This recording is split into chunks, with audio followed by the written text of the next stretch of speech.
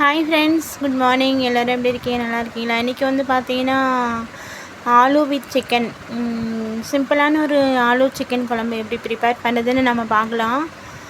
Friends, இது வந்து நான் வந்து நேற்று கொஞ்சம் சிக்கன் எடுத்து ஃப்ரீசரில் வச்சுட்டு இருந்தேன். ஸோ இது எப்படி கொஞ்சம் டிஃப்ரெண்ட்டாக ப்ரிப்பேர் பண்ணணுமே அப்படின்னு சொல்லி நான் வந்து இன்றைக்கி வந்து ஆலு வித் சிக்கன் எப்படி ப்ரிப்பேர் பண்ணுறதுன்னு நான் சொல்லித்தரேன். ரொம்ப சிம்பிள் தான் ஃப்ரெண்ட்ஸ், இதை நோட் பண்ணிக்கோங்க. கடாயில் கொஞ்சம் வந்து பெருஞ்சீரகம், தென் வந்து கடுகு போட்டிருக்கேன். அதுக்கப்புறம் பார்த்திங்கன்னா ஆனியன் குட்டி குட்டியாக சாப் பண்ணதை வந்து ஆனியன் போட்டு இது கொஞ்சம் ஃப்ரை பண்ணிக்கலாம். அதுக்கப்புறம் டொமேட்டோ போட்டு ஒரு 2 பழுத்த டொமேட்டோ போட்டு இது கூட நான் வந்து சேர்த்துருக்கேன். அதுக்கப்புறம் வந்து இதில் வந்து காஷ்மீரி சில்லி பவுடர், தென் வந்து காஷ்மீரி சில்லி பவுடர், அப்புறம் டர்மரிக் பவுடர், அதுக்கப்புறம் வீட்டில் அரைச்ச குழம்பு மிளகாத்தூள், இது எல்லாத்தையும் ஒன்று சேர்த்து நம்ம அப்படியே ஃப்ரை பண்ணிகிட்டே இருக்கலாம். அது கொஞ்சம் எண்ணெய் பிரிஞ்சு வரப்போ நம்ம என்னென்ன 1 by 1 சேர்த்துக்கலாம். ஃப்ரெண்ட்ஸ், பார்த்துக்கோங்க, இந்த மாதிரி நீங்கள் ப்ரிப்பேர் பண்ணுங்கள். இது ரைஸ்க்கும் நல்லாயிருக்கும், இது சப்பாத்தி நல்லாயிருக்கும், இது வந்து இட்லி தோசை இதுக்கெல்லாம் நல்லாயிருக்கும். பார்த்துக்கோங்க. இது ஒரு 2 டேபிள் ஸ்பூன் வந்து பார்த்திங்கன்னா வீட்டில் அரைச்ச மிளகாத்தூள் போடுறோன்னா சூப்பராக இருக்கும். இந்த மாதிரி ப்ரிப்பேர் பண்ணுங்கள். சிம்பிள் தான், ரொம்ப ரொம்ப சிம்பிள். இதுக்கு வந்து நிறைய எதுவும் அரைக்க தேவையில்லை. இது வந்து பார்த்திங்கன்னா கொஞ்சம் டிஃப்ரெண்ட்டாக இருக்கும், ஆனால் டேஸ்டியாகவும் இருக்கும். எப்பயுமே ஒரே மெத்தடில் செய்கிறதோட இந்த மாதிரி கொஞ்சம் செஞ்சு பாருங்கள். ஆலு கூட மிக்ஸ் பண்ணி செமையாக இருக்கும். இது நல்லா எண்ணெய் பிரிஞ்சு வரும்போது பார்த்திங்கன்னா நம்ம இப்போ வந்து பார்த்திங்கன்னா என்ன சேர்க்க போகிறோன்னா ஆலு சேர்த்துக்கலாம். நம்ம ஆலு சேர்த்து அது கூட நம்ம வந்து அதனால் கொஞ்சம் பச்சை வாசனை போகிற வரைக்கும் அதுக்கு மூடி வச்சுக்கலாம். நம்ம கொஞ்சம் மூடி வச்சுட்டு அதுக்கப்புறம் கொஞ்சம் சிக்கன் சேர்த்துக்கலாம்.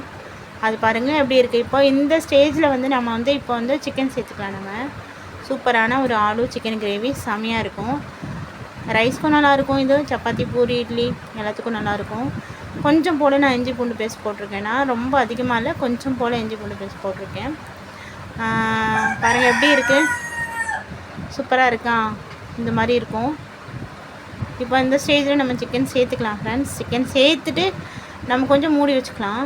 வச்சுட்டு செம்மையாக இருக்கும். அப்போ கொஞ்சம் நம்ம எனக்கு தேவையான வாட்டர் ஆட் பண்ணிக்கலாம். வாட்டர் கொஞ்சம் எக்ஸ்ட்ராவாக ஆட் பண்ணிக்கோங்க. இது கொஞ்சம் கிரேவி வந்து திக்னஸ் இருக்கணும்னு அவசியம் இல்லை. நமக்கு கொஞ்சம் தண்ணியாக இருந்தால் டேஸ்ட் அதிகமாக இருக்கும். கொஞ்சம் தண்ணியாகவே இருந்தாலும் பரவாயில்ல, ஆனால் டேஸ்ட் ரொம்ப அட்டகாசமாக இருக்கும். இது கூட நம்ம வந்து இன்னொரு வெஜிடபிள் சேர்க்கலாம். அது என்னென்னு பார்த்தீங்கன்னா ட்ரம்ஸ்டிக், முருங்கைக்காய், அதுவும் சேர்த்தாலும் இது செமையாக இருக்கும். இது நார்த் இந்தியன் சைட்லாம் நிறைய இந்த மாதிரி செய்வாங்க. நாங்கள் வெஜிடபிள்ஸ்லாம் போட்டு செய்வாங்க.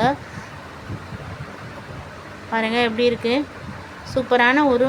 இப்போ மூடி வச்சிடலாம். நம்ம மூடி வச்சுட்டு கொஞ்சம் போல் எடுத்து எண்ணெய் பிரிஞ்சு வர ஸ்டேஜில் நம்ம தண்ணி ஆட் பண்ணிக்கலாம். தண்ணி நமக்கு தேவையான கொஞ்சம் தாராளமாக வச்சுக்கலாம். ஃப்ரெண்ட்ஸ், தாராளமாக தண்ணி வச்சுட்டு திரும்பவும் மூடி போட்டுக்கலாம். சூப்பரான ஆலு சிக்கன் கிரேவி ரெடி ஆயிரும். இது நீங்கள் வந்து அதுதான் சொன்னேன்ல, பூரி சப்பாத்தி இட்லி எல்லாத்துக்கும் ரைஸ். பாருங்கள், தண்ணி நான் நிறைய வச்சுருக்கேன்னா, தண்ணி ரொம்ப நிறைய வச்சுருக்கேன். ஆனால் இது வந்து நம்ம வந்து ஒரு 15 மினிட்ஸ் வந்து நான் வந்து இது பாயில் பண்ண போகிறேன். நல்லா கொதிக்கணும். ஆலுவும் நல்லா வேகணும், சிக்கனும் நல்லா வேகணும், எல்லாம் வெந்து வரட்டும். ஃப்ரெண்ட்ஸ், இந்த மாதிரி ஒரு டைம் நீங்கள் ப்ரிப்பேர் பண்ணி சாப்பிடுங்க, செம்மையாக இருக்கும். இது யாரோட மெத்தட் யாரோட ஸ்டைல் கிடையாது. இது நான் வந்து என்னோடய ஓன் மெத்தட், ஓன் ஸ்டைல் தான்.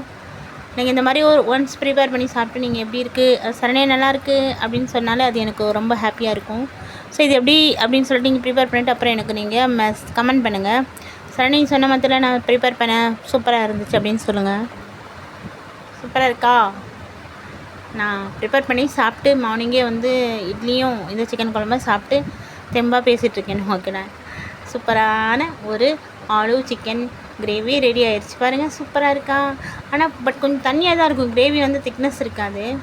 இதில் நம்ம வந்து பார்த்திங்கன்னா கோகனட் மில்க் எதுவும் நம்ம ஆட் பண்ணல. வேணும்னா நீங்கள் லாஸ்ட்டில் வந்து கோகனட் மில்க் ஆட் பண்ணிக்கலாம். நீங்கள் சூப்பரான சிக்கன் கிரேவி ரெடி.